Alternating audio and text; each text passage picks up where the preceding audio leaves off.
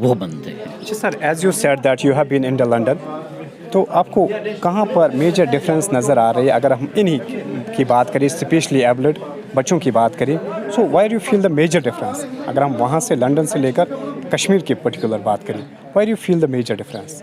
آپ نے بہت ہی اچھا سوال کیا ہے. جہاں تک میجر ڈفرینس کا سوال ہے, it's not the question of understanding why the major difference is. The only problem with our society is that we are always measuring the things in the capacity of developed and underdeveloped nations or countries. It is not a rocket science to understand that in this society, whatever we can get from the societies which we think that they are developed, it's very easy to implement here. سب سے بڑی major چیز جو ہے وہ یہ ہے کہ ہم ان پروویژنس کو امپلیمنٹ نہیں کرتے ہیں. ہمارے پاس یہاں پہ پروویژنس ہیں. Sir what is the reason at that time ہم امپلیمنٹ کیوں نہیں کرتے, مطلب وہ چیزیں کیوں امپلیمنٹ نہیں ہوتی؟ میں سمجھتا ہوں کہ اس کی سب سے بڑی وجہ ہے جو ول پاور نہیں ہے. ایک تو ہمارے پاس ول پاور نہیں ہے, اور دوسرا ہم انٹریکٹ نہیں کرتے ہیں. ہماری ایک انٹریکشن نہیں ہوتی ہے سوسائٹی کے ان لوگوں کے ساتھ جو اس پہ باضابطہ طور پر جنہیں ہم ماہر کہتے ہیں. میں سمجھتا ہوں, شاید میں غلط بھی ہوں, میں سمجھتا ہوں کہ جب when we are at the helm of affairs ہم اس چیز کو بالکل فراموش کرتے ہیں جو ایک نیگلیکٹڈ سا ایک طبقہ ہوتا ہے, اگرچہ وہ چھوٹا ہی ہو. یہ سب سے بڑی ایک ڈفرینس ہے. ہونا تو یہ چاہیے تھا کہ ان پروویژنس کو کس طرح سے ڈیولپڈ نیشنز میں امپلیمنٹ کیا جاتا ہے ہم بھی کریں. یہاں پہ سب سے بڑی بات ہے, اگر آپ کسی ایسی بلڈنگ میں جاتے ہیں جو ایجوکیشن انسٹیٹیوشنز آپ دیکھ لیجیے, وہاں پہ ڈسیبلڈ بچوں کے لیے, ڈسیبلڈ لوگوں کے لیے کوئی الگ پروویژن چلنے کا بھی نہیں ہے. تو سب سے بڑی بات یہ ہے کہ ہمیں ضرورت اس امر کی ہے کہ ہم یہ جانیں, ان لوگوں سے ملیں جو اس فیلڈ میں کام کرتے ہیں, اور ان چیزوں کو باضابطہ طور پر اپنی سوسائٹی میں امپلیمنٹ کریں. شکریہ. ناظرین, اس سیمینار میں بہت سارے اسٹوڈنٹس نے حصہ لیا اور وہ اس سیمینار میں موجود تھے. اسی سلسلے میں ہمارے ساتھ موجود ہے قاری صاحب, جو کہ بینائی طور اس کی پرابلم ہے, یہ دیکھ نہیں پاتے ہیں. مزید ہم اس سے 2 منٹ بات کریں گے, اس سے جاننے کی کوشش کریں گے. السلام علیکم. وعلیکم السلام ورحمۃ اللہ. جی, میرا نام قسیم احمد, میں مظفر نگر یو پی سے رہنے والا ہوں. تقریباً 6 سال کی عمر تھی. والدہ محترمہ نے دارالعلوم میں قرآن حفظ کے لیے بھیج دیا تھا. شروع میں مشکل ہوتی تھی, بتانے والا اور یاد کرانے والا کوئی نہیں ملتا تھا. اس کے بعد اللہ کی نصرت اور مدد, ایسے ساتھی ملے کہ ہمارے قرآن بھی مکمل ہوا, حفظ پورا ہم نے سنایا ایک بیٹھک میں الحمدللہ. صبح سے لے کے شام تک ایک قرآن سنایا. اس کے بعد والد جی چونکہ آپ آنکھوں سے دیکھ نہیں پاتے, تو آپ نے کیسے حافظ قرآن کیا؟ اس میں آپ کو کتنی سٹرگل کرنی پڑی؟ جی, اب سے تقریباً 15 سال پہلے میرا حفظ مکمل ہو چکا تھا. اس وقت انٹرنیٹ یا موبائل یہ کوئی سہولت نہیں تھی. دائیں بائیں جو ہمارے ساتھی ہوا کرتے تھے وہ لفظ بلفظ بتاتے تھے, اسی کو یاد کر کے سن کر کے میں یاد کر لیا کرتا تھا, اور الحمدللہ پورا قرآن ایسے ہی یاد کیا ہے. اس کے بعد ہمارے والد صاحب کی ایک امید تھی کہ ہمارا بچہ یہ عالم بھی بننا چاہیے, تو انہوں نے دارالعلوم کو تبدیل کیا. ہمارے ادھر یو پی میں شمس العلوم ایک دارالعلوم ہے, اس میں پڑھنے کے لیے بھیج دیا. وہاں سے ہم نے 5 سال مولویت کے لگائے اور پڑھے. اس کے بعد دارالعلوم دیوبند میں الحمدللہ ہمارا داخلہ ہوا. 6 سال ہم نے وہاں تعلیم حاصل کی, مولویت بھی مکمل کی, اور اردو حفظ اور قرأت 7 اور قرأت 10 بھی الحمدللہ مکمل کی بفضل اللہ و بحمد اللہ.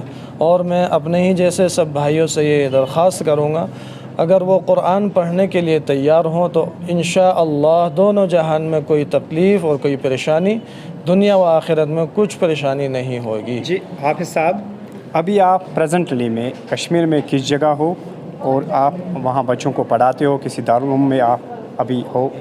جی ہاں, الحمدللہ میں بچوں کو پڑھاتا ہوں. یہاں دارالعلوم جامعہ زینت القرآن ذکورہ, مولانا رفیق صاحب وہاں کے ذمہ دار ہیں, وہیں میں درجہ حفظ الحمدللہ پڑھا رہا ہوں. شکریہ.